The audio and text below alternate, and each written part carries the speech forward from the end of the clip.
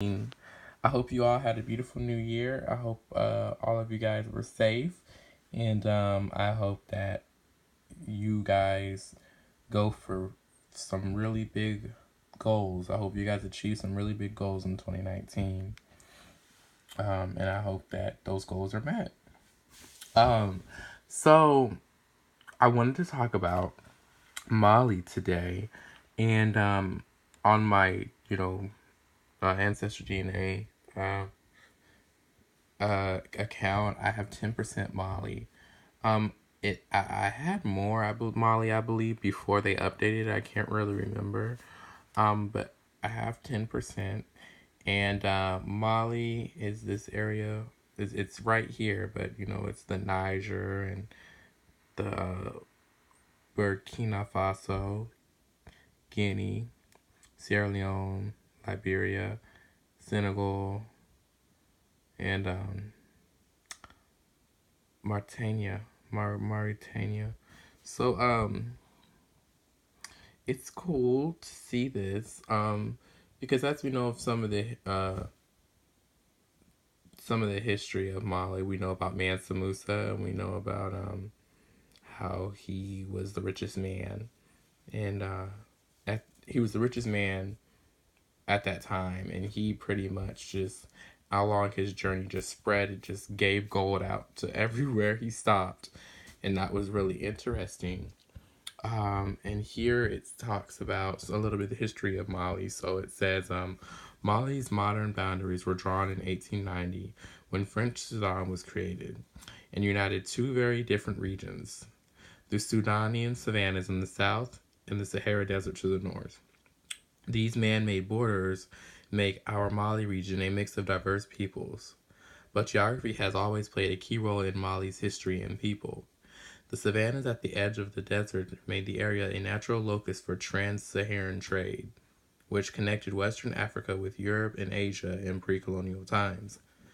For centuries, Mali was a fabled land of gold, scholarship, and empires. Wow. And again, we know about the gold as when you talk more about Mansa Musa. Wow. Okay.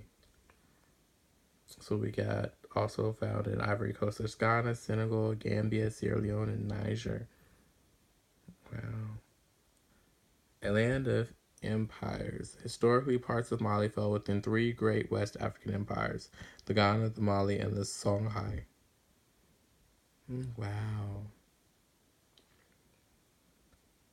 The modern country of Ghana, which actually lives miles in the southeast of modern day Mali, takes its name for the ancient empire of Mali.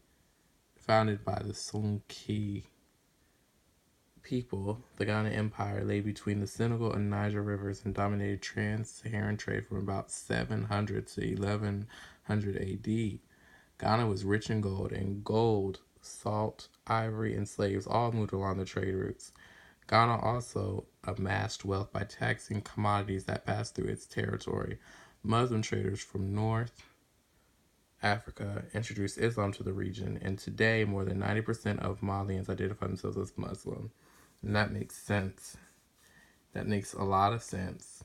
So it talks a lot about gold, and again, it just continuously it brings me back to Mansa Musa. When Mansa Musa was just dropping gold in every place he stopped because he was the richest man in Africa. And if I'm saying that wrong, if he wasn't because I know he was the richest man. I don't know if he was the richest man in Africa, or if he was just the richest man in Mali, or if he was just the richest. But I know he was the richest man in Africa, or I'm just gonna say richest man in Africa for right now. But if he was, because there's a difference between saying he was the richest man in Africa and he was the richest man in Mali. Because you're saying that he's the richest man in Africa, you're saying he's the richest man in all of Africa. However, you're just saying he's the richest man in Mali, he was just the richest man in Mali, in that part of Africa. So please, if I'm saying it wrong, please tell me, the right one, because I remember learning about him in school, but couldn't remember if he was the richest man just in Mali or in Africa as a whole. So it says Mali Empire. It says after Ghana's decline, the Mali Empire founded Sundiata Keita in about 1230 AD rose to take its place. Like Ghana, Mali had gold mines, and the empire's wealth also came from trade, which included gold, salt, and agricultural products from the fertile lands around the upper Niger River. Wow. And they're really big on gold. You can just see that they were very big on gold. And then we also incorporate salt and agricultural products in that, but they were very big on gold. Islam's influence grew as the empire's royalty adopted the religion, and at its height, the Mali Empire was a center of Muslim scholarship with a famous university at Timbuktu. Yes, and that was another thing. Mansa Musa went to Timbuktu. That was his journey, was to Timbuktu. But again, as he dropped the gold, that's where he was going. Well, no, no, no, no.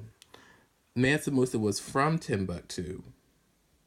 He was from Timbuktu, but he was the richest man, and he dropped gold all around. So he was either, I'm trying to remember, he was either from Timbuktu or he was going to Timbuktu, but I believe he was from Timbuktu. It says Arab writers told of Mali's fabulous wealth, and Mali began to appear on European maps in the 14th century. Let's look up Mansa Musa really quick. I want to make sure I'm getting this right. Okay.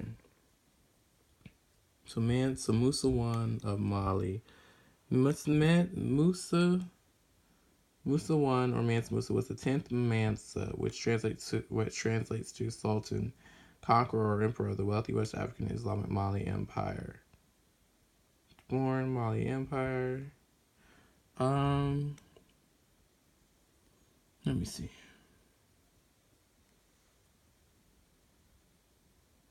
So it says,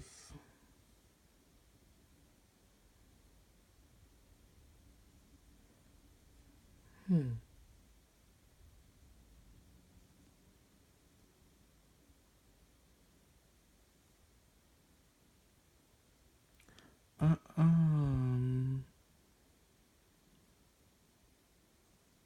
don't see anything. They don't talk about Timbuktu. Let me see.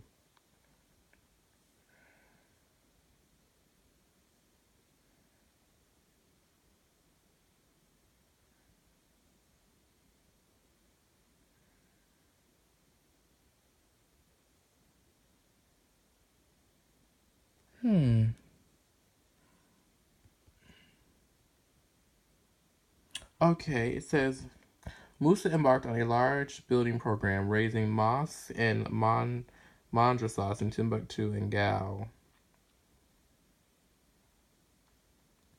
He had a journey to Mecca. Okay, that's what it was. He had a journey to Mecca. So it says, during his long return journey from Mecca in 1325, Musa heard news that his army had recaptured Gao. Okay. Sagmandia, one of his generals, led the endeavor. The city of Gao had been within the empire since before Sankura's reign and was an important, though often rebellious, trading center. Musa made a detour and visited the city, where he received as hostages the two sons of the Gao king, Ali Kolan and Suleimanar. He returned to Niani with the two boys and later educated them at his court. When Mansa Musa returned, he brought back many Arabian scholars and architects. Wow. So he was the wooden window frames of an upper story were planted with silver foil, those of a lower story with gold, like the Great Mosque, a contemporaneous and grandiose structure in Timbuktu. The hall was built of cut stone. I believe he was from Timbuktu, you guys. I think he was from Timbuktu. Because he made a journey to Mecca, so I believe I was right when I said he was from Timbuktu. But again, he was the richest man, and he did a lot. Wow. Let me see. And the Mali segment pretty much goes back to everything we pretty much talked about. I mean, it says and I'm looking up, of course, this online, but it says settlement patterns. Mali is traditionally divided into the nomadic region of the Sahel, I think it's Sahel, and the Sahara and the agricultural region of the Sudanic zone. Roughly 3/5 of the population is rural, typically living in thatched dwellings grouped together in villages of between 150 and 600 inhabitants and surrounded by cultivated fields and grazing lands.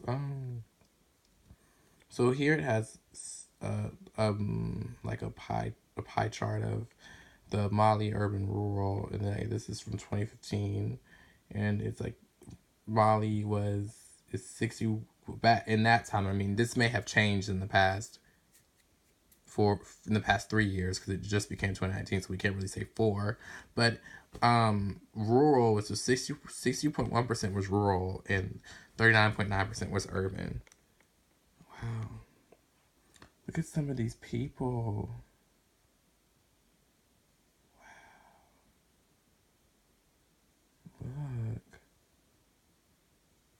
Look, beautiful people.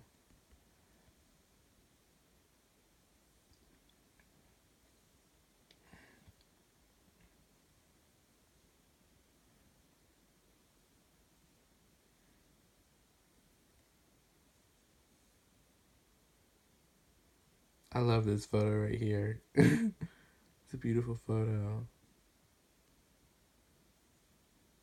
Oh, look at her nose. That's a unique nose. Wow.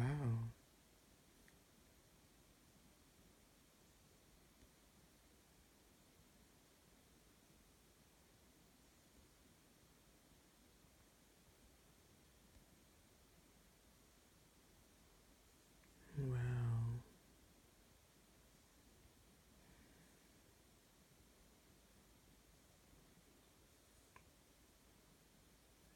They are so cute and adorable. Look at them.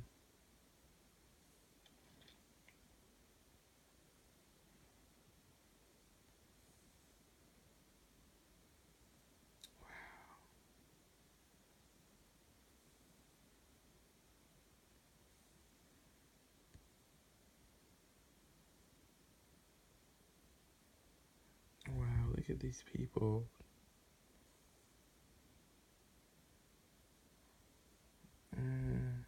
That's not really Mali. Well, they could be from Mali, but they probably immigrants in Mali, maybe from like a different part of Africa. Or they could be Mali too, but they look like they could have been immigrants from like maybe Morocco or North Africa coming down to Mali. Oh wow, look.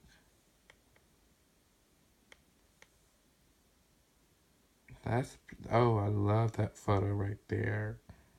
Oh my goodness. I love it.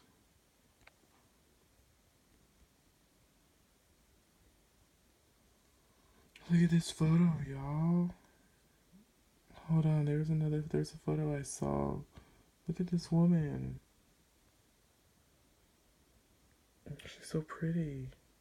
You can see that there's that one unique trait of a lot of people in Mali is if you look at the mouth, you can see that's most likely a cultural traditional a thing. It's like a cultural traditional trait to have your mouth, like your lips or your mouth or that lip stuff to be on your face. So like, the dark powder or whatever it is, that's like a cultural traditional trait and most likely in women, probably in Mali. It's probably a cultural trait there. And I think that's beautiful. Also in men too, depending on it's probably different culturally, but in men too, because when we looked up, this guy right here had the same. So that's a cultural trait. That's a cultural thing. And I think that's beautiful. One thing that they have in common as a people. You know, this woman didn't have anything on her lips, but she's also kind of looks really like modern, kind of like not. I'm like it's not like say modern, but she looks just like she's not really in culture. She's in dress, but she's not. I don't know how to explain. I don't want to sound silly. I don't want to say something that doesn't make sense. So, well, all right, guys.